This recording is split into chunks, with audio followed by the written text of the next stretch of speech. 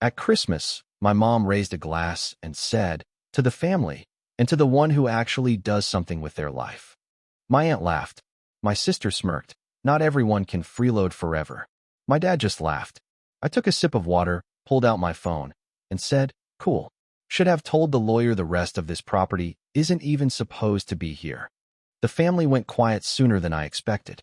I, 32M, never expected Christmas dinner to become the day I finally had enough of my family's bullshit. But sitting at that mahogany table in my parents' dining room, watching my mother raise her glass with that smug expression she reserved for moments when she thought she was being clever, something inside me finally snapped. The toast was directed at my sister, of course. She had just gotten promoted to senior marketing manager at some tech startup nobody had ever heard of, but the way my family carried on, you'd think she'd cured cancer. Meanwhile, I'd spent the last 3 years building my freelance consulting business from nothing, working 18-hour days, sleeping on my friend's couch until I could afford my own place again after my divorce. My aunt chimed in with her usual passive-aggressive commentary about how some people knew how to make something of themselves. My sister's smirk grew wider as she made her comment about freeloading, her eyes fixed directly on me.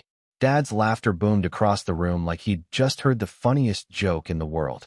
They all thought I was the family failure, the one who couldn't hold down a real job, who had gotten divorced, who had moved back in with his parents for 6 months while getting back on his feet. What they didn't know was that I'd been waiting for this moment for over a year. I pulled out my phone and opened the folder I'd labeled insurance policy.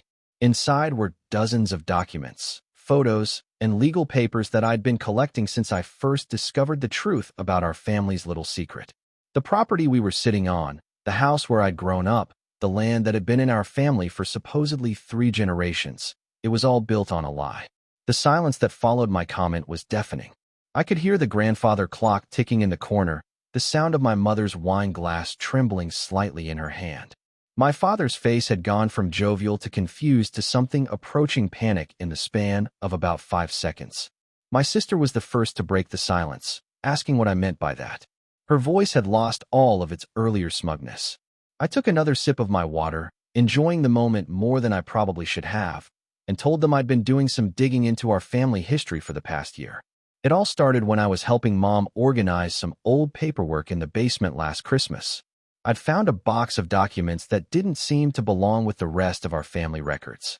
Property deeds, survey maps, legal correspondence, all dating back to the 1960s when my grandfather supposedly bought this land and built the house.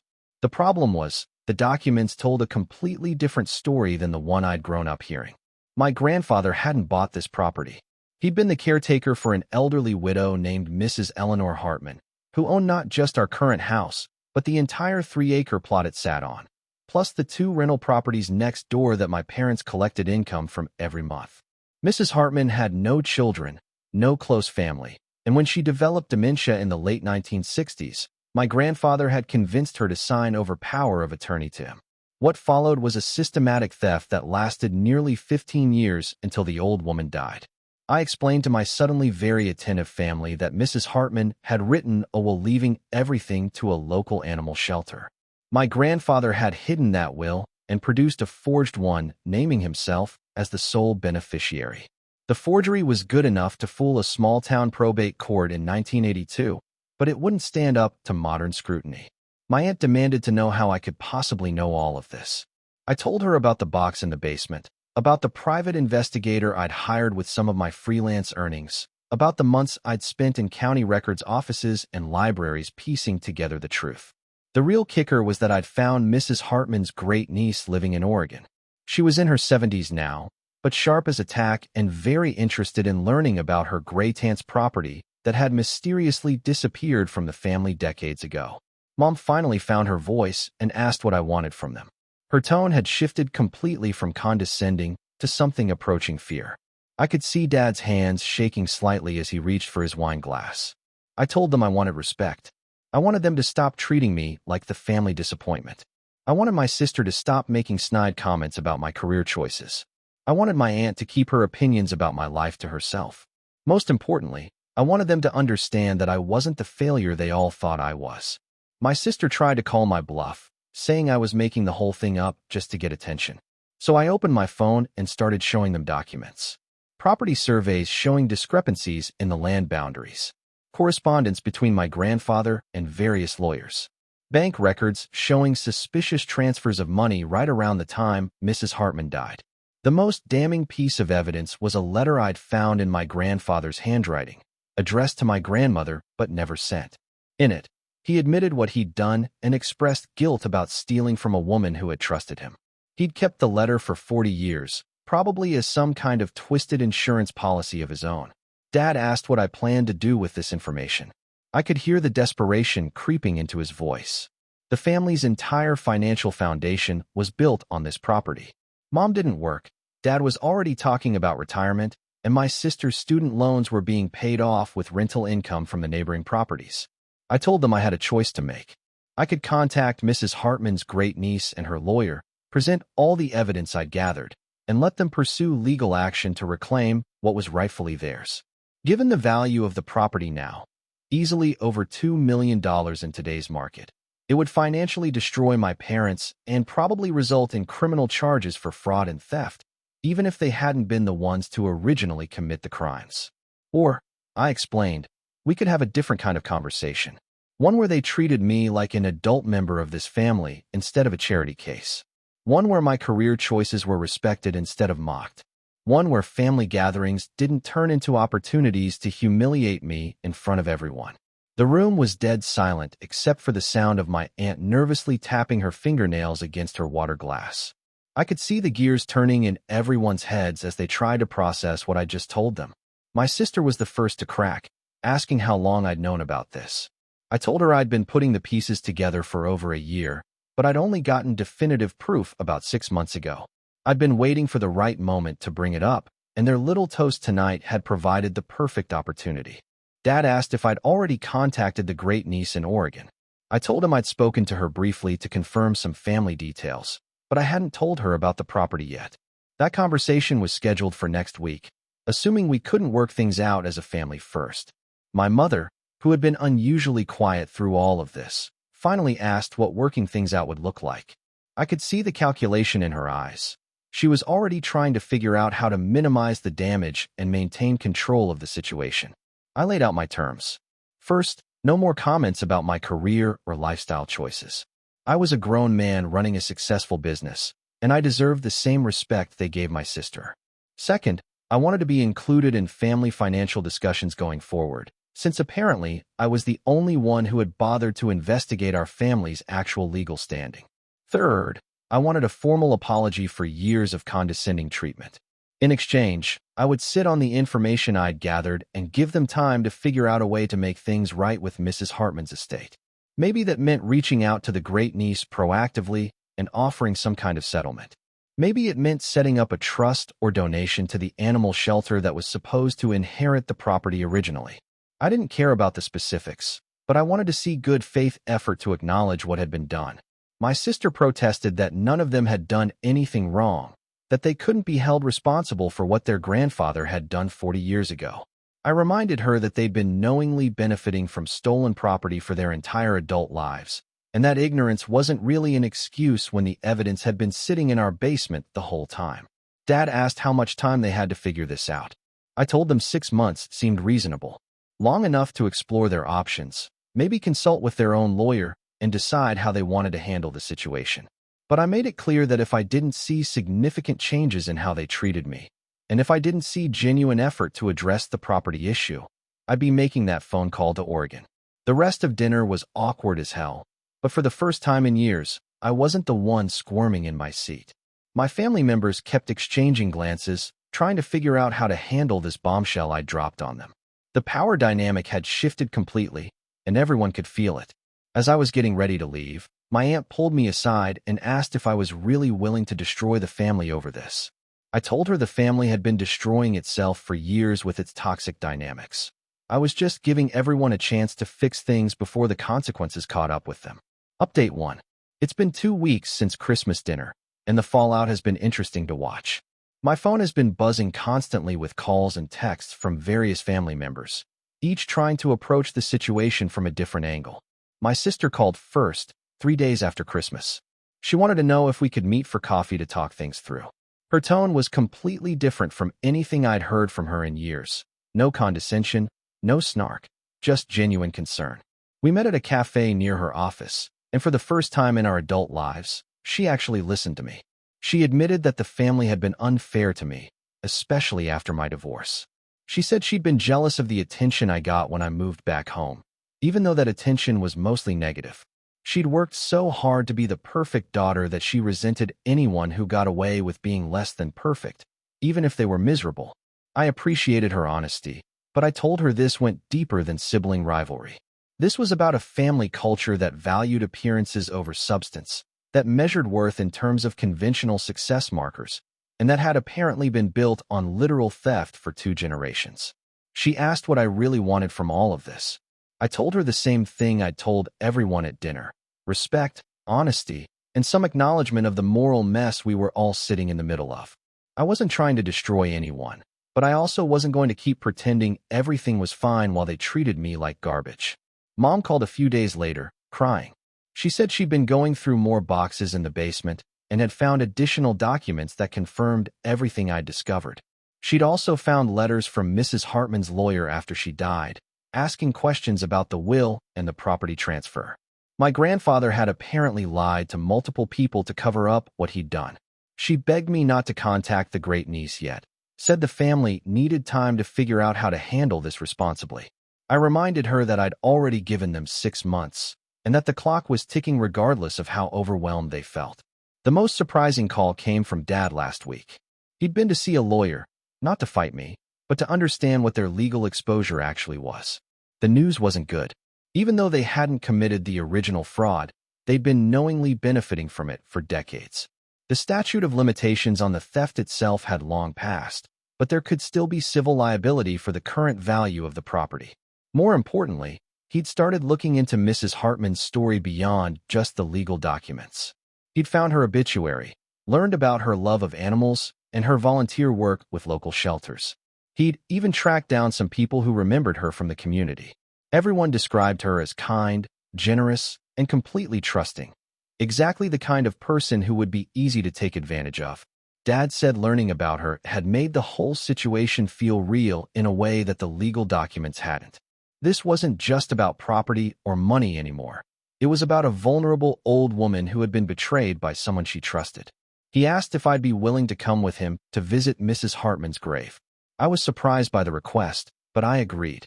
We drove out to the cemetery on a cold Saturday morning, and I watched my father stand in front of her headstone with tears in his eyes.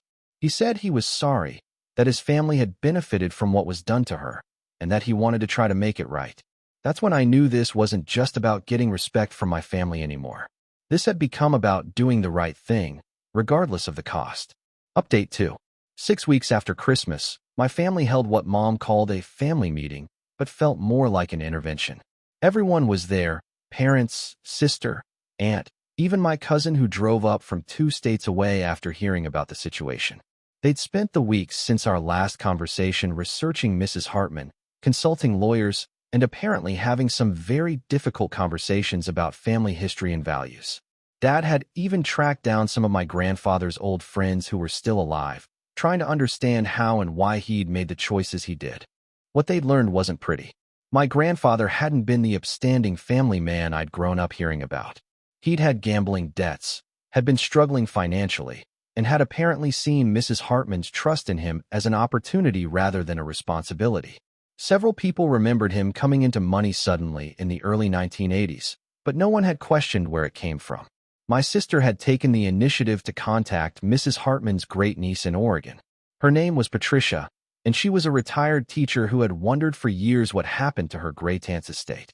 She remembered visiting the property as a child and had always assumed it had been sold after Mrs. Hartman's death. The conversation had been emotional for everyone involved. Patricia wasn't interested in destroying my family, but she was hurt to learn that her great-aunt had been taken advantage of in her final years. She wanted to see justice done, but she also understood that the people currently living on the property weren't the ones who had committed the original crime. After multiple conversations between Patricia, her lawyer, my family's lawyer, and eventually a mediator, they'd worked out a preliminary agreement. My parents would transfer ownership of the two rental properties to Patricia immediately. The main house would be sold, with Patricia receiving 60% of the proceeds and my parents keeping 40%, enough to buy a smaller place and have something left for retirement, but not enough to maintain their current lifestyle. More importantly, my family had agreed to make a substantial donation to the local animal shelter in Mrs. Hartman's name, establishing a fund for elderly pet care that would continue in perpetuity. It wasn't enough to undo 40 years of theft, but it was a genuine attempt to honor what Mrs. Hartman would have wanted. During the family meeting, each person took time to apologize to me directly, not just for the way they'd treated me over the years, but for the position I'd been put in by discovering this secret. My aunt said she understood now that my so-called failure to launch had actually been me trying to build something honest in a family that had been living a lie. My sister was the most emotional. She said she'd always felt pressure to be perfect because she sensed something was wrong with our family foundation, even if she couldn't articulate what it was. She'd been overcompensating for a guilt she didn't even understand and taking it out on me because I represented everything she was afraid of becoming, someone who couldn't maintain the facade. The apologies felt genuine, but I told them that words weren't enough anymore. I needed to see sustained changes in how we interacted as a family, and I needed to see them follow through on their commitments to Patricia and Mrs. Hartman's memory. Dad asked what my role would be going forward. I told them I wanted to be involved in executing the agreement with Patricia, making sure the transition happened smoothly, and that all the legal requirements were met. I also wanted to help establish the animal shelter fund and make sure it was set up to actually make a difference. Beyond that, I said I wanted us to start over as a family. No more jokes about my career, no more condescending comments about my life choices, no more treating family gatherings like opportunities to reinforce some hierarchy where I was at the bottom. I wanted to be included in family decisions, consulted on important matters, and treated like an equal member of the family. My mother asked if I could forgive them for everything that had happened. I told her forgiveness was a process, not a single decision. I could see that they were genuinely trying to change and make amends, and that meant something. But it would take time to rebuild trust and create new patterns of interaction. The meeting ended with hugs all around, but there was still tension beneath the surface.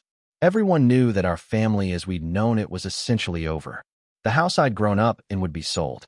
My parents would have to dramatically downsize their retirement plans.